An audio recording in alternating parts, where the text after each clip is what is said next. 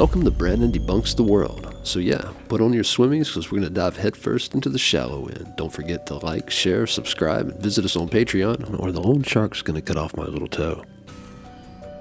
Welcome to part 2 of the UFO UAP misinformation series. In this episode, we will focus on the evolution of these craft and the culture formed around this governmental sleight of hand. If you haven't seen part 1, UFOs are not what you are being told, I suggest it. After nearly perfecting the designs developed in Antarctica and Nevada, sans a few crashes, the next step was to see how much the public knew or had witnessed during the creation and testing phase. Enter Project Blue Book, a clever info-gathering instrument for sure.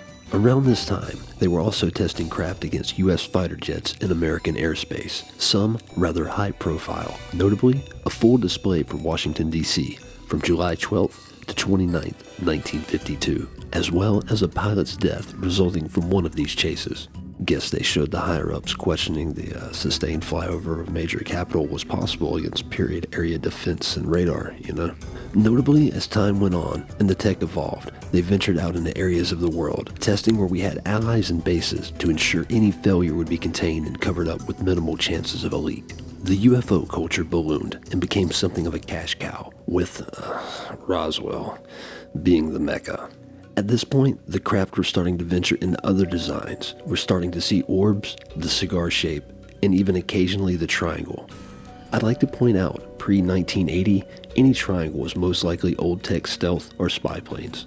Around the late 70s, early 80s, something illogical started to happen. The people leaking and telling these stories were often ex-military and intelligence. And while to the UFO community, this looked like hard evidence from credible sources, it was nothing less than disinformation agents. And a lot of them. Imagine you've spent your whole career in service to the government, military, and constitution, and now you're going to spill top secret info with no legal ramifications and pen a tell-all book? Sounds about right. I could throw names at you all day, from Bob Lazar, Nick Pope, Rick Doty, and Stephen Greer.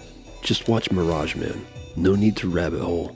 Just use your logic. And let's be honest for a second. 50 to 75% of all sightings are either explainable or people who are full of shit. So they must keep a healthy supply of ex-G-men feeding the narrative that these are not of this world. Defense ministers to astronauts welcome. Those few trillion announced missing from the DoD's budget on September 10th, 2001 may have given some indication to the size and scope of the entire project. By the time you reach the 1990s, this has exploded to film, books, TV shows, tourist destinations, lectures, lunchboxes, plush toys, proto-ancient aliens, and hippie apparel for all. Our secret tech was now so good, we were taunting other nations, giving their fighter jets the zag-zig goofy foot, even taunting Iran a couple times.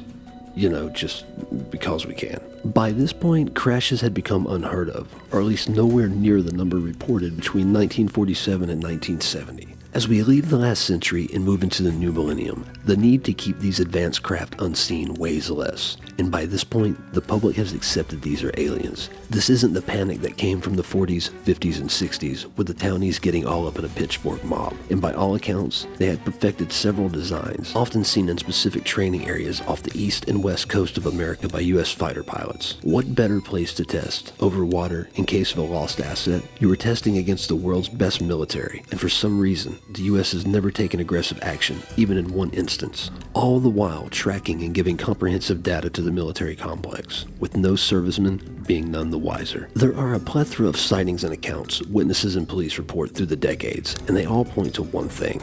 It is us and the craft are evolving. In the 40s, they flew erratic, skipping and wavering, only discus shape, high radiation signatures, and lots of crash reports. In the 50s, when the craft stabilized and actually landed, people saw jets and fire and vitrification around landing sites.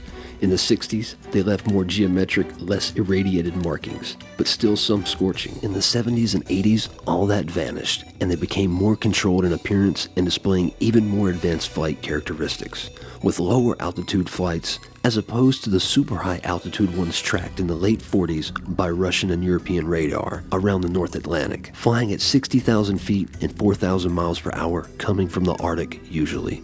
Sounds about right for the time. So now that the public thinks the UAPs are either aliens or China, the media and military have kept us on drip feed, still ambiguous on aliens, and taking this less than seriously, of course. So what does the future hold for this psyop on the public? How much will they release? What will they have us believe? Will the truth come out? Will Gaia and Georgios Tsoukalos ever say it's not aliens? Join us in the final part of this series to answer these questions and obviously create more. Thank you for watching Brandon Debunks the World. Remember to like, share, subscribe, and check us out on Patreon, or not. It's your call, no pressure. Comment down below, give us some ideas for more shows, or just vent from the safety of your basement about how wrong I am with no repercussions or, real world consequences.